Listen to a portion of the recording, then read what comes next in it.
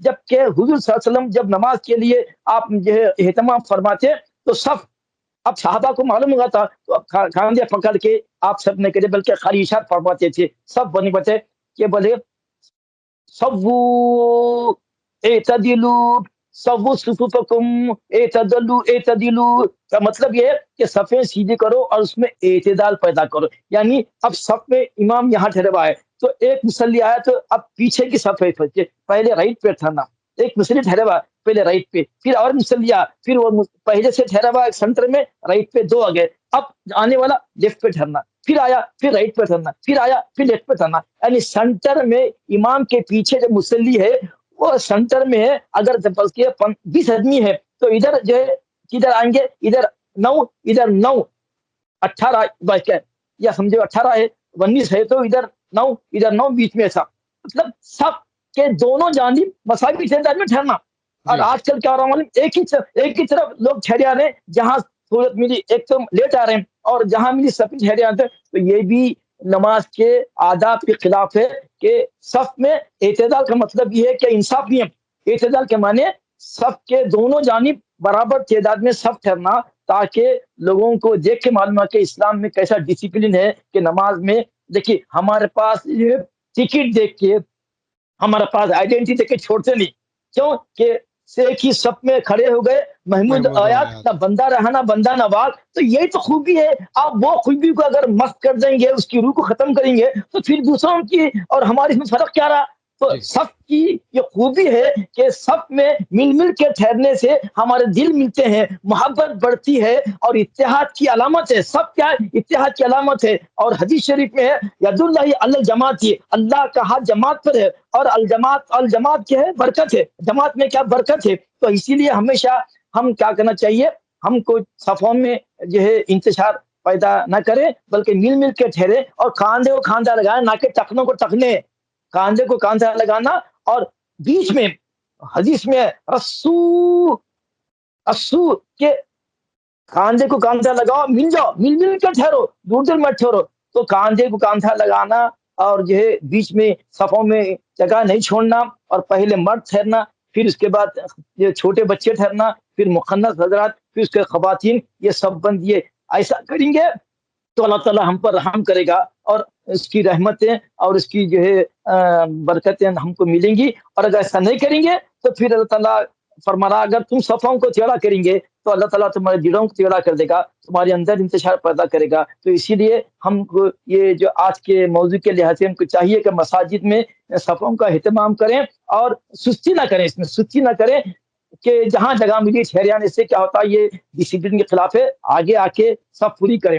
اور اگر ایک اہم بات یہ بھی ہے کہ ہم دیکھ رہے ہیں کہ پیچھے لوگ صف میں ٹھہرے ہوئے ہیں، لوگ نماز پڑھ رہے ہیں، تو اب نمازی کے سامنے سے گزرنا منع ہے نا. عام حالت میں نمازی کے سامنے سے گزرنا منع ہے. 40 سال تک اگر معلوم ہوا کہ اس کا کیا عذاب ہوگا تو 40 سال ٹھہرنا پسند کریں گا، مگر نمازی کے آگے نہیں بڑھیں گا. مگر صف میں شامل ہونے کے لیے نمازی کے سامنے سے بھی جا سکتے، جی یہ اہمیت ہے. صف میں اگر جانا ہے اور نمازی کے سامنے سے گزرنا ہے تو اجازت ہے.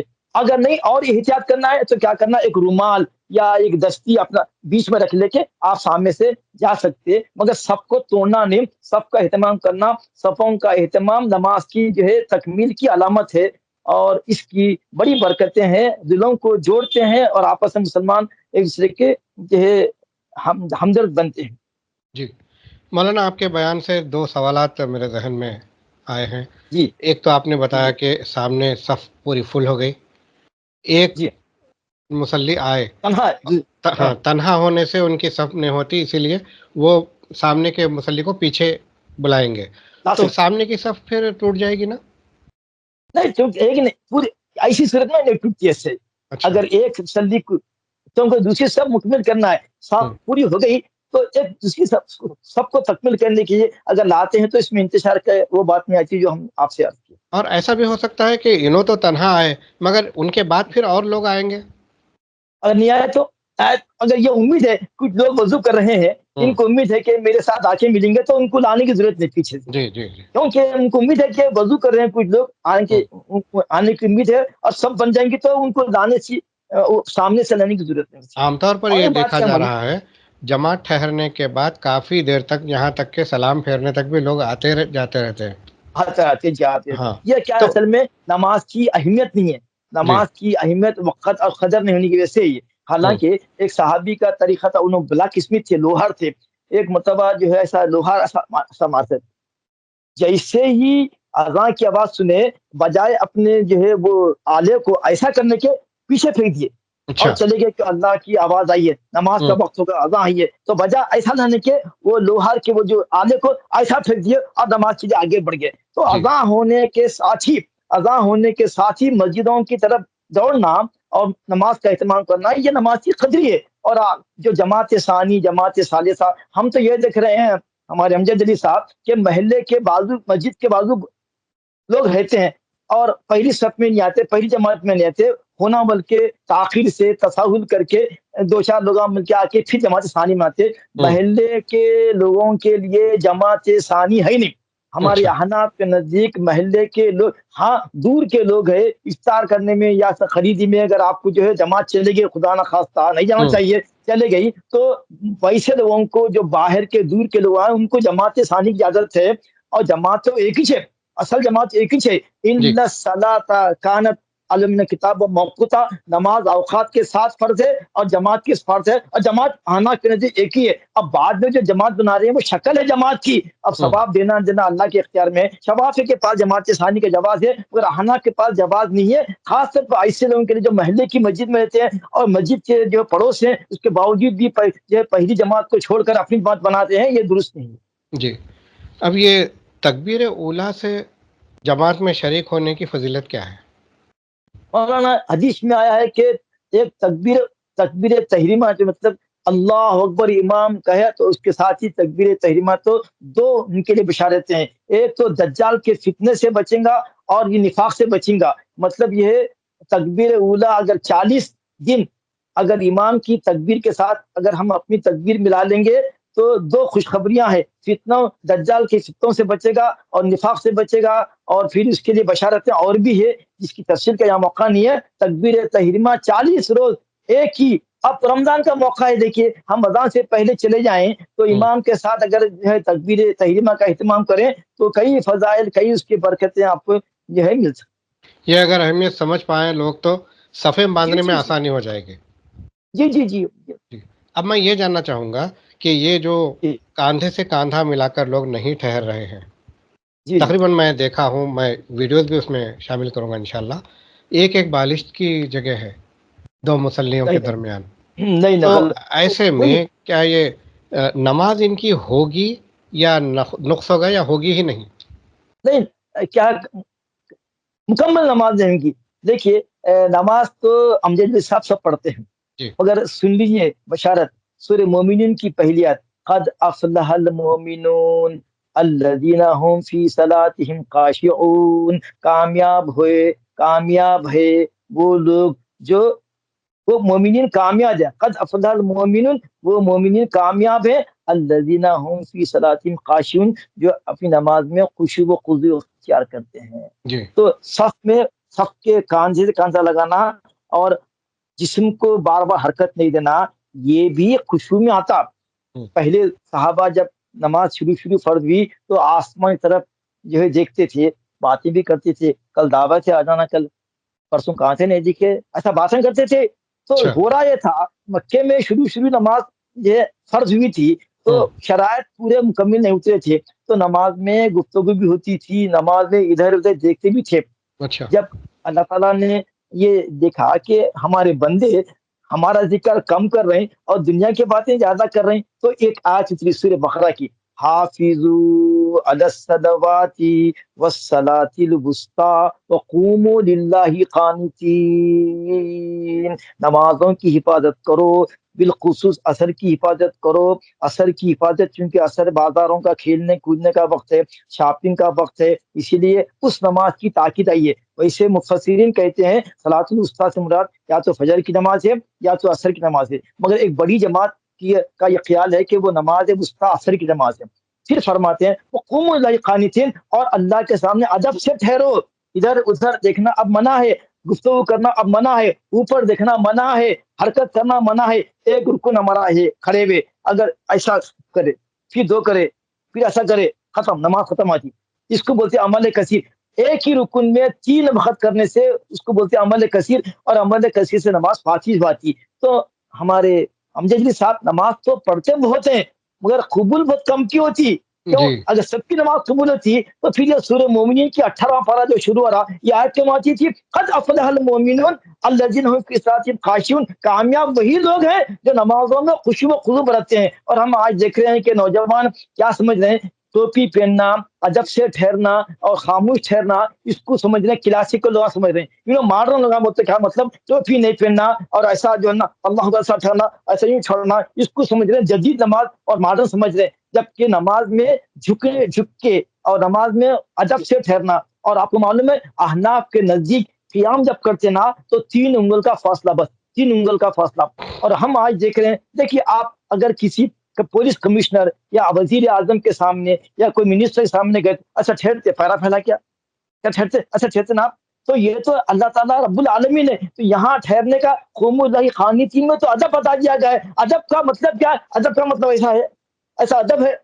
مجھے کھڑا کرنا ادب ہے اور جو ہے پیرا چھینا ادب ہے؟ نہیں. ادب تو ایسا ہے کہ آپ 3 انگل کا فاصلہ رکھیں، نظر نیچی رکھیں، مونڈے گرائیں، مونڈے جھکا کے آپ ٹھہرنا. یہ اللہ تعالیٰ کے گھر یہ سامنے ٹھہرنے کا ادب ہے. اور آج کل نوجوانوں سے ہم جب کہہ رہے ہیں بھائی ٹوپی نہیں، شرائط نماز میں نے کہا شرائط نماز میں ہے کہ ارکان نماز میں تھے، بولا دیکھیے نہ ارکان نماز میں ہے نہ شرائط نماز میں ہے، کچھ نہیں ہے، یہ آداب نماز میں ہے، آداب نماز میں ہے. آپ صلی اللہ علیہ وسلم کی کوئی نماز بغیر امامے کے نہیں ہوئی، سوائے حالت احرام میں، عمرے میں اور حج میں آپ جو ہے ٹوپی کا اہتمام یا امامے کا اہتمام نہیں فرمائے، ورنہ آپ کی ہر نماز نہ صرف ٹوپی بلکہ امامے کے ساتھ ہوتی تھی. تو کہا گیا وہ عادتاً ہے، وہ عادتاً ہے، ضروری نہیں ہے.